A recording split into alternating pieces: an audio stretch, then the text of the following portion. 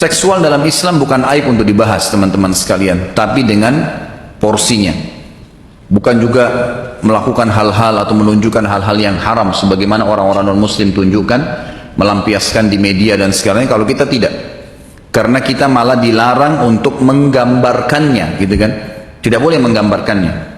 Disebutkan oleh Imam Az-Zahabi di sini, diangkat hadis pertama riwayat Imam Muslim, inna min syarrin nasi 'indallahi manzilatan yaumal qiyamah rajulun yufdi ila imra'atihi wa tufdi ilai thumma yanshuru sirraha. Sesungguhnya di antara orang-orang yang paling buruk kedudukannya di sisi Allah pada hari kiamat adalah seorang laki-laki yang menyetubui istrinya dan istrinya juga datang untuk menyetubuinya, kemudian suaminya itu atau istrinya menyebarkan rahasia pasangannya. Dalam hadis yang lain, Asma binti Yazid radhiyallahu anha mendengarkan Nabi SAW berkata, mungkin seorang laki-laki di antara kalian menceritakan apa yang sedang dimiliki oleh pasangannya, kelebihan-kelebihan suaminya. Seorang laki-laki, kelebihan istrinya, mungkin pelayanannya bagus dalam seksual, memuaskan dia, gak boleh diceritain. Kata Nabi SAW, mungkin seorang laki-laki menceritakan kelebihan istrinya. Dan mungkin sebaliknya, seorang perempuan menceritakan, seorang istri menceritakan kelebihan suaminya. Maka kata Asma binti Yazid, tentu ya Rasul, iya ya Rasulullah, benar. Di Madinah dilakukan itu. Kaum laki-laki cerita sama teman-temannya, kaum perempuan cerita sama teman-temannya. Kata Nabi SAW, jangan kalian lakukan itu, karena itu perumpamannya seperti syaitan. Laki-laki bertemu dengan syaitan perempuan di jalanan, kemudian mereka berhubungan biologis di hadapan semua orang yang menyaksikannya. Jadi di sini dilarang, berarti kan mengekspos. Tetapi berbicara yang saya maksudkan di sini yang dibolehkan adalah bagaimana kita memberikan penjelasan hukum syar'i. Hukum syar'i. Beranjak dari firman Allah Subhanahu wa taala, a'udzubillahi minasyaitonir rajim, nisa'ukum harthul lakum fa'tu harthakum anna syi'tum wa qaddimu li anfusikum. Mohon maaf sebentar.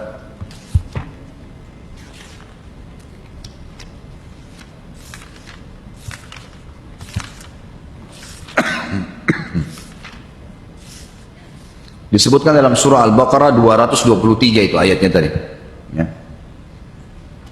Diangkat dalam buku sini ayat tersebut dan dirincikan oleh beliau panjang lebar. Jadi ayat ini terjemahannya begini. Wanita kalian, istri kalian adalah ladang bagi kalian. Maksudnya tempat kita bercocok tanam. Bagaimana sih kalau orang punya ladang, dia cocok tanam untuk mengambil hasilnya? Dia akan melakukan hubungan biologis dan menyemprotkan spermanya sehingga menjadi hamillah dan akhirnya lahirlah seorang anak. Kata Allah, istri kalian adalah ladang bagi kalian, maka datangilah ladang itu kapan saja dan dengan cara yang kamu sukai, dan utamakanlah untuk diri kalian. Ayat ini turun teman-teman sekalian, sebab nuzulnya ada.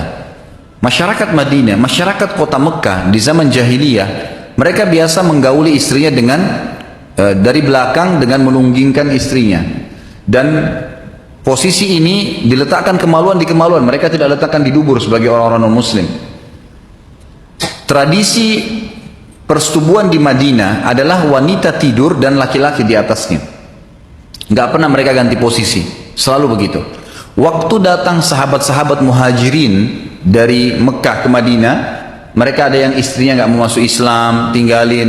Mereka datang ke Madinah, mereka nikah sama wanita Madinah. Dan mereka tahunya hubungan biologis ala Mekah. Masyarakat Madinah perempuan cuma tahu ala Madinah, dan ternyata ada kasus terjadi waktu seorang muhajirin ingin menggauli istrinya dari Ansar, ternyata wanita Ansar ini nggak mau.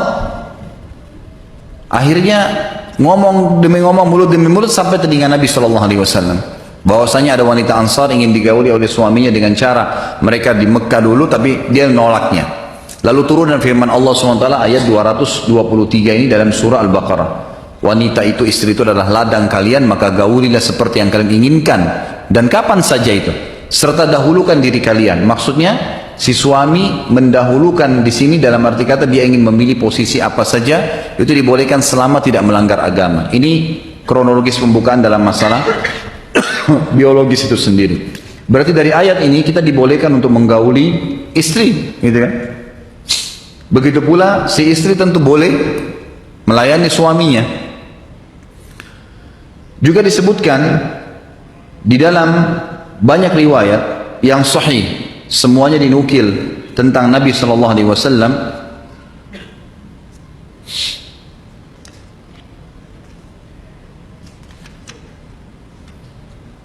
Nabi SAW menyebutkan dalam hadis sahih riwayat Imam Ahmad, bukanlah dari golonganku seseorang yang tidak bercumbu sebelum biologis. Jadi berjima itu boleh di kapan saja, selama itu adalah hal yang dihalalkan dalam agama, dan diprioritaskan di hari Jumat pagi, karena memang di hari Jumat pagi itu ada perintah. Nabi SAW menyuruh seluruh laki-laki muslim, tentunya yang sudah menikah, yang belum menikah ya kasihan gitu. Yang sudah menikah dianjurkan untuk bergaul, berhubungan biologis, kemudian dia menyatukan antara mandi junubnya sama mandi Jumatnya. Kata Nabi SAW, siapa yang mandi hari Jumat dengan mandi junub, kemudian dia pakai bajunya yang terbaik, wangi-wangian yang terbaik, menyisir rambutnya yang terbaik, kemudian dia datang ke masjid, lalu dia sholat yang diperintahkan, kemudian dia sholat mendengarkan khatib pada saat khutbah, dan dia sholat Jumat bersama khatib, kecuali dosanya akan diampuni. Berarti ada perintah di sini menggabungkan antara mandi junub sama mandi Jumat, dan mandi junub dan mandi Jumat ini sudah saya pernah jelaskan waktu menjelaskan masalah bab sholat Jumat gitu kan. Tapi seperti itu jawabannya. Intinya itu dibolehkan. Kemudian dilarang dalam Islam untuk menggauli pasangan tanpa ngobrol, tanpa cumbuan. Tidak ada sama sekali. Ada orang yang tiba-tiba saja datang menggauli istrinya tanpa harus mempedulikan. Ada hikmah kata ulama. Ini pembahasan dalam ilmu fikih ya. Ini bukan saya karang-karang. Bahasan dalam ilmu fikih itu dijelaskan bahwasanya seseorang yang tidak menggauli pasangannya tidak sengaja memancing itu. Seorang istri disuruh dandan. Kenapa disuruh dandan? Karena kalau dia dandan pakai minyak wangi, dia kelihatan cantik dan menarik, suaminya akan mendekatinya. Subhanallah, fitrah dalam masalah mengganggu, menggoda pasangan ini ada di hewan dan di manusia, gitu kan? Di hewan-hewan kita lihat kadang-kadang ayam punya cara sendiri, kambing punya cara sendiri, manusia pun begitu, diajarkan memang. Perempuan disuruh dandan, pada saat dia wangi, dia bersih, maka suaminya akan tertarik datang untuk mencumbuinya. Dan perempuan memang biasanya tidak seperti laki-laki. Dalam ilmu medis dan dalam fikih seksual Islam juga dijelaskan bahwasanya perempuan itu memang butuh untuk dirangsang, beda dengan laki-laki. Laki-laki Masya Allah lihat saja sudah luar biasa syahwatnya. Perempuan tidak seperti itu. Mereka dandan rapi wangi, datang menggoda suaminya, nanti suaminya akan merangsang dia sehingga dua-duanya syahwatnya bangkit, baru kemudian mereka berhubungan biologis. Apa sabda Nabi SAW? Bukan dari golonganku yang berhubungan biologis tanpa cumbuan. Memang kita dianjurkan. Dalam hadis riwayat Muslim, Aisyah berkata radhiyallahu anha, Nabi SAW seringkali mencium aku, bahkan kata Aisyah radhiyallahu anha, walaupun beliau ingin keluar untuk mengimami sholat. Keluarnya hadis yang dipegangi oleh Imam Ahmad rahimahullah tentang tidak batalnya wudu bagi laki-laki yang tersentuh dengan perempuan istrinya dengan tidak syahwat adalah hadis ini. Di mana Aisyah radhiyallahu berkata, Nabi SAW setiap kali mau meninggalkan rumah, sholat atau tidak, pasti mengecupku terlebih dahulu dan tidak beruduk langsung sholat. Berarti kalau mencium pasangan dengan tidak syahwat berarti tidak batal, gitu kan? Tidak, Imam Ahmad berpegang pada itu. Artinya kita lihat bagaimana Nabi SAW sering mencium, sering membelai, sering mengucapkan kata-kata sayang. Bahkan Nabi SAW tidak pernah masuk ke dalam rumah kecuali sudah menggunakan siwak. Tujuannya kata para ulama hadis adalah Nabi SAW menjaga bau mulut untuk keromantisan rumah tangga, gitu kan? Seperti itu. Sebentar dulu azannya. Kemudian Nabi SAW selain itu juga mengajarkan agar setiap orang melakukan hubungan biologis tersebut selain bercumbuan, juga memulai dengan hal-hal seperti pernah Nabi SAW mengajak Aisyah untuk mandi berdua di dalam sebuah bak mandi, dan Aisyah berkata, tidak ada penghalang antara aku dengan Nabi SAW walaupun sehelai kain kecuali air saja. Sambil beliau bercanda. Ingat, kadang-kadang syaitan membuat orang semangat kalau dengan pacar. Mungkin biar pacarnya tidak sikat gigi siap dicium. Tapi kalau dengan pasangan halal dibuat orang bosan jenuh. Syaitan itu, permainan syaitan, nggak boleh, gitu kan?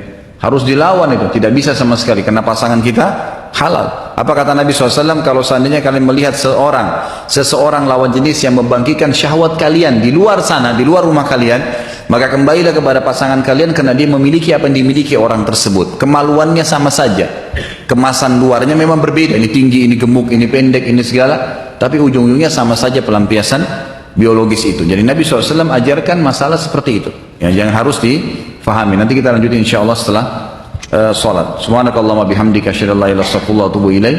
Wassalamualaikum warahmatullahi wabarakatuh. Assalamualaikum warahmatullahi wabarakatuh. Alhamdulillah, wassalatu wassalamu ala rasulillah. Beberapa hal yang belum dituntaskan adalah berhubungan biologis dalam Islam dianjurkan pada saat selesai akad nikah, dan itu memiliki pahala yang besar. Di antaranya hadis Bukhari menjelaskan fi bid'i ahadikum sadaqah, di kemaluan salah seorang kalian ada sedekah, pahala yang besar. Qalu ya Rasulullah anati ahluhuna walana fihi ajr, apakah kami menggauli istri kami dan kami mendapatkan pahala? Qala ara'aitum law wada'tumu fil haram alakumul wizr, tidakkah kalian lihat kalau kalian letakkan kemaluan kalian pada yang haram, zina, maka kalian dapat dosa besar? Maka kata Nabi SAW, fakadzalika fil halal, begitu pula dalam keadaan halal. Jadi dalam Islam malah dianjurkan. Nabi SAW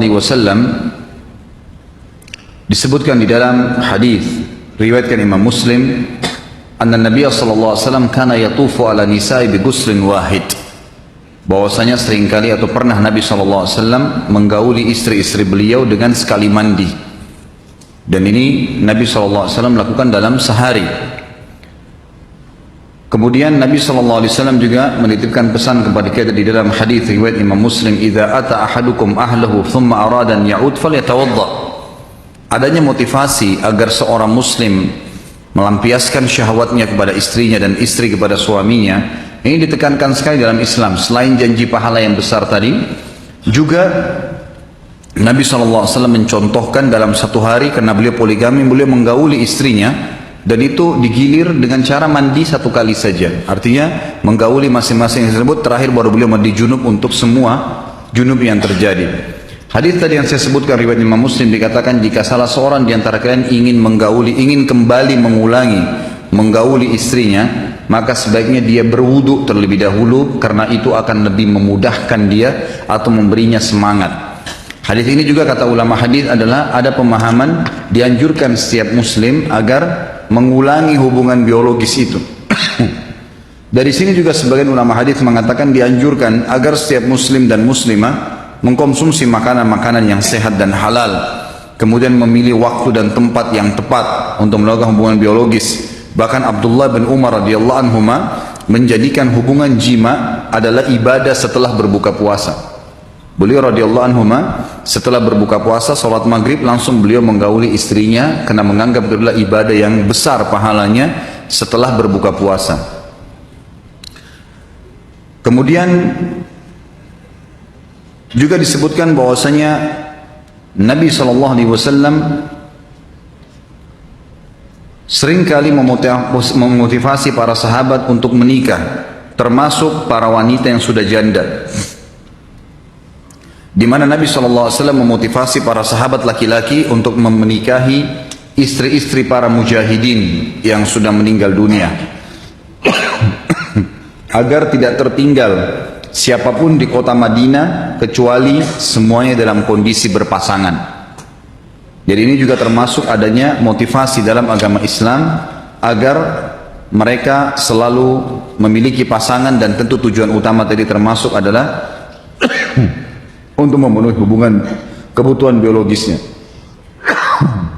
Di zaman Umar radhiyallahu anhu disebutkan dalam sebuah riwayat yang sahih bahwasanya beliau pernah melewati rumah seorang wanita yang kebetulan suaminya sedang pergi berjihad. Lalu wanita itu melantunkan syair sambil berkata, kalau bukan karena kehormatan hubunganku dengan Tuhanku dan menjaga kehormatan dan kesucian hubunganku dengan suamiku, maka niscaya keempat kaki ranjang ini akan bergetar, artinya saya akan berzina. Lalu Umar bin Khattab mengetuk pintunya sambil berkata, apa yang kau ucapkan wahai hamba Allah? Maka wanita tersebut ketakutan sambil berkata, sungguh suamiku wahai Amir Mu'minin setelah berjihad dan sudah pergi beberapa bulan meninggalkan aku, sementara aku membutuhkannya. Perhatikan ya, di sini pembicaraan antara seorang wanita muslimah dengan Amir Mu'minin, dan ini bukan aib. Ya, ini bukan aib, dia sampaikan hajatnya, dia tidak diam. Maka Umar bin Khattab pun pulang ke rumahnya, pergi ke rumahnya Hafsah, rumah Nabi SAW. Anak-anaknya Umar bin Khattab lalu bertanya kepada Hafsah, berapa lama wanita bisa sabar tanpa suami? Ya, artinya sudah pernah bersuami atau suaminya ada tapi ditinggal. Kata Hafsah, sebulan 2 bulan pertama dia bisa sabar, 3 bulan kemudian dia sudah gelisah, dan 4 bulan dia sudah tidak bisa sabar. Maka Umar bin Khattab pun mengeluarkan sebuah hukum bahwasanya semua mujahid maksimal menjaga di perbatasan perang 4 bulan. Setelah itu dia punya kewajiban untuk pulang dan berkumpul dengan istrinya lagi. Cukup banyak dalil-dalil yang membicarakan tentang masalah ini, dan termasuk juga dalam masalah hubungan biologis. Kata ulama, semua gerakan, semua tata cara yang tidak menyakiti fisik pasangan dan tidak melakukan hal yang diharamkan dalam agama boleh, walaupun tidak dirincikan secara agama. Karena memang dalam buku ini nanti Anda kalau beli akan temukan banyak sekali beliau jelaskan tentang posisi biologis itu yang tidak memiliki dalil.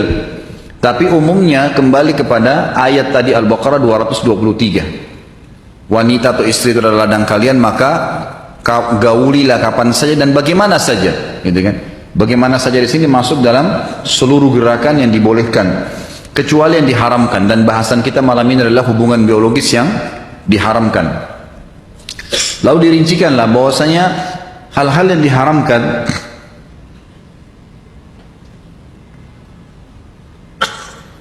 pertama, menggauli istri dari dubur. Selama diletakkan di kemaluan maka hukumnya halal.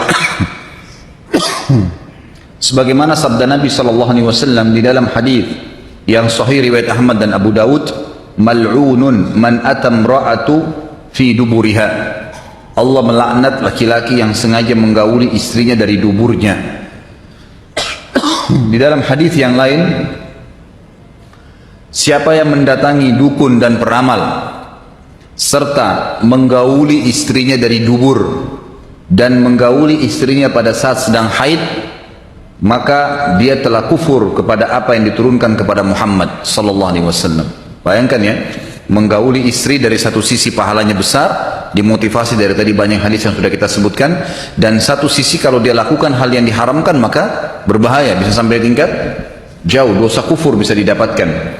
Maka tidak boleh menggauli istri dari dubur. Laknat berarti diangkat berkah hidupnya. Kemudian dalam hadis yang lain juga, hadis ini diriwayatkan oleh Imam Tirmidzi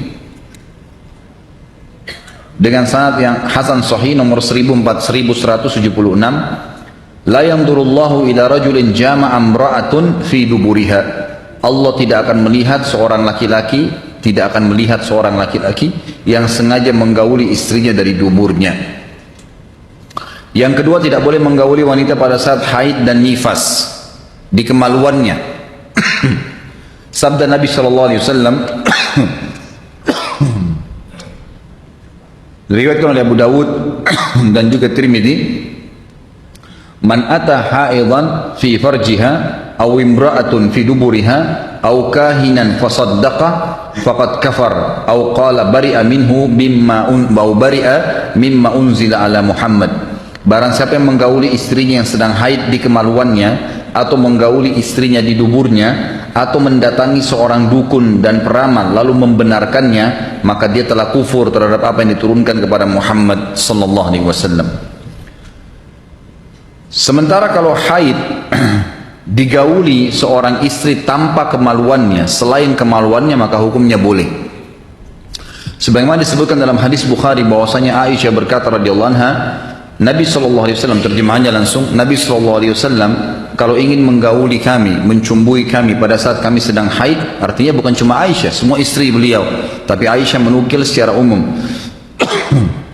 Maka Nabi SAW menyuruh meletakkan kain dan mengikatnya dengan kuat di daerah kemaluan, lalu beliau menggauli kami.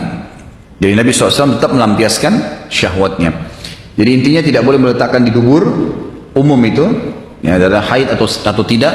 Kemudian tidak boleh meletakkan kemaluan di kemaluan pada saat haid dan nifas. Tapi kalau haid dan nifas tidak diletakkan di kemaluan, maka hukumnya halal. Dikatakan juga dalam hadis Bukhari bahwasanya seorang sahabat bertanya kepada Nabi SAW, ya Rasulullah, bagaimana kalau seandainya saya menggauli istri saya sementara dia haid? Maka kata Nabi SAW, lakukan apa saja kecuali jima. Jima artinya meletakkan kemaluan di kemaluan. Tentu ulama di sini memanjang lebar menjelaskan tentang masalah kesehatan, bahayanya penyakit kelamin yang akan disebabkan oleh darah haid dan nifas. Karena kalau disebutkan haid berarti nifas sama, yaitu darah-darah kotor yang tidak boleh sama sekali. Allah menyebutkan dalam Al-Quran adzan, fa'tazilun nisa'a fil mahid. Adzan itu artinya penyakit, ya. Darah itu, maka jauhilah. Fa'tazilu itu artinya jauhi kemaluannya pada saat sedang haid. Lalu Allah SWT mengatakan, memberitakan berita gembira kepada orang yang beriman, artinya tidak diharamkan ini, gitu kan? Kalau seandainya sudah bersih, فَإِذَا تَطَهَّرْنَا فَأْتُهُنَّ مِنْ حَيْثُ أَمَرَكُمُ.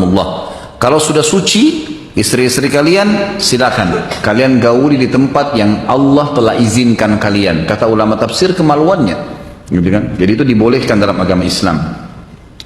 Beberapa hal yang ditekankan oleh para ulama agar tidak terjadi kejenuhan adalah bolehnya setiap orang tetap menjaga kebersihan, kerapian, wanginya tubuh, dan juga tetap melayani pasangan.